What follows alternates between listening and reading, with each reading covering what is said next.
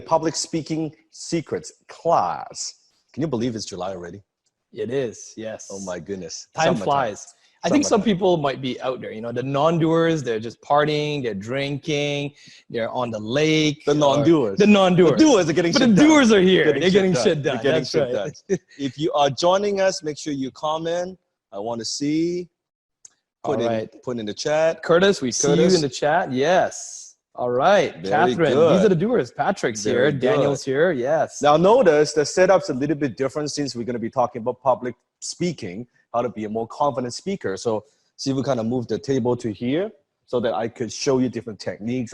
I'll walk back and forth. By the way, if you can hear me loud and clear, put in the chat. Yes. Danny's coming on here. We got, wow, chat's blowing up here from Jakarta. We got Danny, we got Nathan, we've got Bronson, we've got Samuel, Maurice, Jake, Joel, Toe, Boone, Alexander. Yes. Very nice. Very nice. Now, one of the things that if you are tuning in, you're listening to this class from home, two things. Number one, tell me that if you can see the PowerPoint. You can see our PowerPoint as well as Sifu on video. That's on the video. That's number one. Number two, you will get more out of today's class or tonight's class, depends on your time zone, if you are standing up. Because I'll be teaching you different techniques, then you can kind of go alongside. While you're taking notes, sometimes maybe you're taking notes, but if you follow along, you'll get more out of it. Because there's one thing to just listen passively, but it's a whole other thing if you actually do it, right? Does that make sense? It does. Yes, awesome. And you see I do it back and forth because I want to see your comment. That's right. And make sure you ask good questions on the call. The quality of your questions will determine the quality of the answer.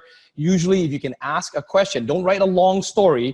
Write something that's succinct. In your first 1 or 2 lines, quickly get to the point. What is it you're trying to ask, Sifu? I'm going to be moderating here on the chat. I'll be looking out for those good questions, and then I'll be tapping Sifu on the shoulder to address those questions. So if you can ask good questions, we will help you get some good answers. Make sense? Yeah. Right. Good. How many of you have done some public speaking in the past? Maybe when you were in school, you had to present, you had to do some kind of presentation, or at work, you had to present to some kind of a group, or Toastmasters, or even speaking professionally. Many of them said yes, you know, from high school. For business. Yes. Somewhat, yes. College, yes. Very nervous. Sifu, isn't there a statistic that says that people are more afraid of public speaking than dying itself? Right. That's right. People rather be, people talk about at funeral, people would rather give the eulogy versus, would rather die being in a coffin than giving the eulogy. The eulogy, wow. Statistic shows. So tell me your biggest challenges when it comes to public speaking. What are some of the things that you want to get out of tonight's class? So Catherine wrote, public speaking equals public humiliation. Very tense. Yep. Danny says usually he's feeling very tense. Okay. Yes. What else? Tell me. What else? How to get the content interesting. Okay, content interesting. Good. I'm going to teach you that. Nervous, fear of running short of words. Fear of running short. Okay. It's kind of forget what to say, right? Shell says closing on stage. Closing on stage. Okay. We're going to cover a little bit of this, but that's too big of a topic to cover in a 2-3 hour class. Curtis says not focusing on the audience, but about how I sound, how I look, more confidence, stuttering, increasing memorability. Okay, so forgetting what to say. Okay. Yep. How to be my authentic self on stage, how not to cry too much. How to stay on topic. Yes, that's good. Speak from subconscious mind, more professional sounding. Very, very good. Very, very good. And these are very common challenges from anyone that's present or that's presenters, speakers, right? You get a little nervous, you know what to say, how do you look, how the audience perceives you. And most of the time, a lot of this comes from childhood programming, because you think about back in school, right?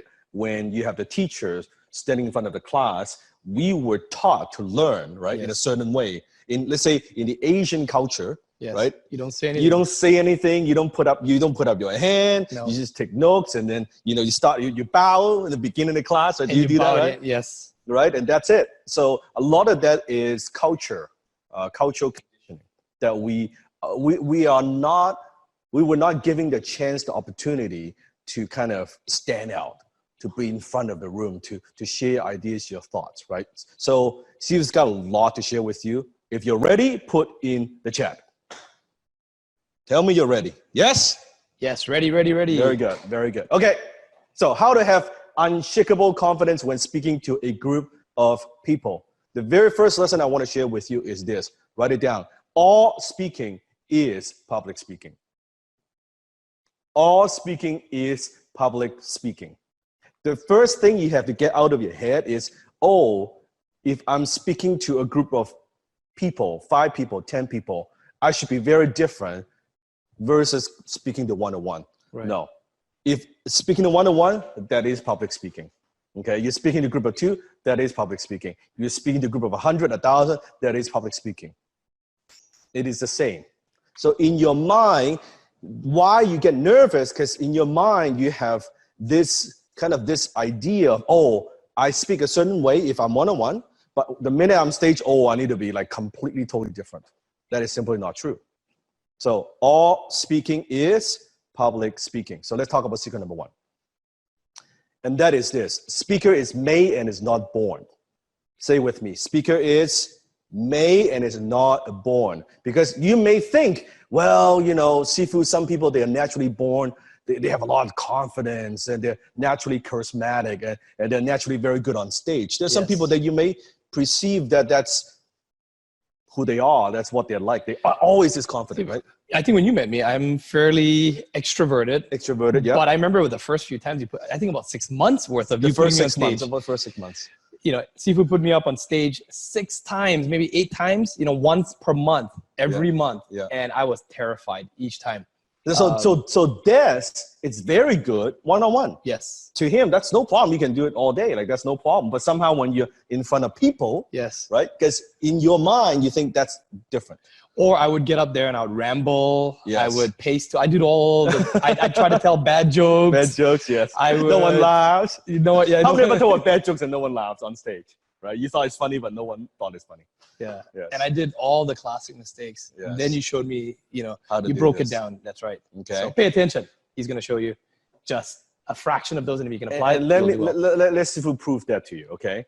So you see Sifu presenting today, TEDx, right? Yes. Speaking to thousands of people. Australia, we're going to November. StartCon. We're going to Australia StartCon, 4,000 entrepreneurs. Yes. Right. I'll be one of the keynote speakers alongside with some amazing Yes. CEOs, entrepreneurs. And right? it's being negotiated where you're one of the main panelists deciding the $1 million winner as Yeah, well too. I'm going to be also investing some money, like taking on, like looking at what kind of like a Shark Tank type of kind of setup. Yes. People pitch us a deal and I'll see if I want to invest. So let me prove to you. This is Sifu today, right? This is Sifu many, many years ago. So I want you to take a look at the picture. There was Sifu back in Toastmasters when I was probably, I don't know, 20 years old, 20-something years old. Many, many years Wow. ago. People think. So I want you to look at the picture and tell me about this man. Tell me about this young man. How would you see? Just describe. Glasses. Glasses. What else? Studious. Nerd. Cute. Nerd. No, don't pull any punches. Spiky hair. Nervous. That's right. You can tell. He's a little nervous. What else? Insecure, yeah. Nervous. Teenager. Scared. Insecure. Uncertain. Uncertain. Yes. Shy. You can see like, you know, you can see the shy. Not confident. Right? Not 100% confident. That's correct. Yes. He needs a makeover. Yes. Looks Right? super young and Super young experience, right? Hesitant. The smile is more to cover up the nervousness, right? Hasn't met Jenny yet. That's right. That's right. No red suit. results. Oh, no red suit. No red suit. Yeah. So what I'm saying is this, you can see that's where Sifu came from. So I know for a fact, speaker is made, not born. So the speaker that you see today, the communicator you see me today presenting and teaching to millions around the world, guess what? I learned how to do this. It is not natural. It is not natural born skill. Everything that I do, the skills that I have, I developed it, I honed the skill, and I learn it. I learn it one at a time. So don't be giving me an excuse, oh, Sifu, I'm not good looking, I'm not naturally charismatic, I'm not this, I speak with an accent, and all this. I don't want to hear any of those fucking excuses. None. Because if I could go from that, what you see, to this, at least you can improve. Yes? That's where I came from. So from there, when I joined Toastmasters, then later on, now first you have to understand, when I joined Toastmasters, my goal was never to be a speaker. My goal was very simple. My goal was simply to improve my English. That was it. Because I was shy, I was nervous, and I thought maybe joining Toastmasters, in case you don't know what Toastmasters is, it's a nonprofit speaking kind of club, right? You go there and you would practice in front of people and people give you feedback. And I joined Toastmasters because I wanted to improve my English, reduce my accent just by a little bit. That was it. That was my goal, right? So after I joined Toastmasters, I was practicing and practicing and practicing, and I was showing up. What's the word? Showing up every single week. Every single week I would do something. Every single week I would present, I would do a speech, I would volunteer, I would do something. After about 3 to 6 months of that, now in Toastmasters, they always give you these little forms, kind of feedback form. After you do a speech, people could give you a little bit of feedback. Yes. Right? And they would say, so at first couple months, they'll say, oh yeah, you know, you could improve on this, and maybe you should do this, you should speak a little bit louder, or you should speak a little slower, you could do whatever it is, right? They give you a feedback. After about, I don't know, 5, 6 months or so, people started giving me feedback. Listen to this. They would say, oh, great job. The feedback got shorter and shorter. Outstanding. You are natural. Give me a fucking break. There's nothing natural about what you see there, right? But you're natural.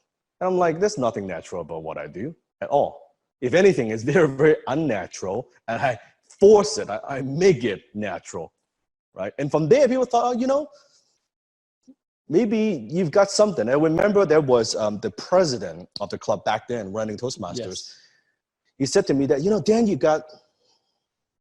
there's something about you. You've got, he calls it an X factor. Mm. There's something about you that on stage, even though your English is not the best and your delivery is not the best, but there's something about the way you communicate that people resonates with you somehow. Right. Maybe because you're not so perfect. Maybe because you speak with an accent. I don't know. So, oh, that's interesting. Mm-hmm. So then from there, I don't know how, I don't know why, but I was studying a lot of the great speakers like Tony Robbins and yes. a lot of great people. Back then, Zig Ziglar, yes, the old days. So a lot of speakers, and I thought to myself, wouldn't it be great if someday I could do that? That was it. Mm-hmm. I had this thought that if someday I could be on stage just like them, and I could talk to people, I could inspire people.